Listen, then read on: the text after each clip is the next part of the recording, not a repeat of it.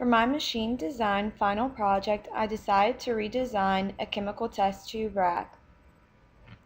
Current designs for chemical test tube racks normally hold about 5 to 10 test tubes at one time and also have an unstable narrow base. They are also normally made out of degradable materials such as plastic or wood. I chose the rotating device for the redesign of my chemical test tube rack.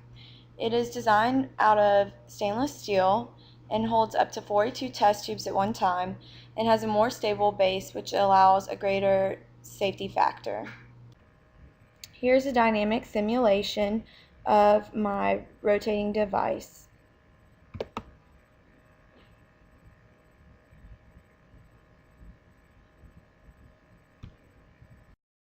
After constructing my device, I ran a series of stress analysis tests to determine the strength of the actual device. The first task was to determine possible forces acting on the test tube rack, which could possibly be the weight of the test tubes or the weight of chemical solutions within the test tubes.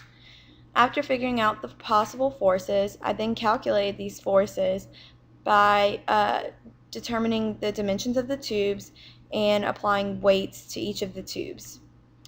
After calculating forces, I then applied the forces in a downward y direction and then constrained the base of the rack in order to run my stress analysis.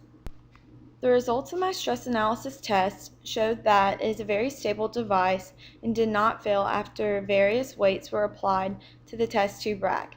It also has a safety factor much greater than 1. The redesign of my test tube rack can be used in a laboratory setting, such as a school or research institute.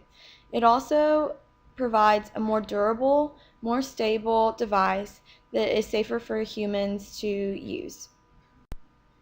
Thank you for your time.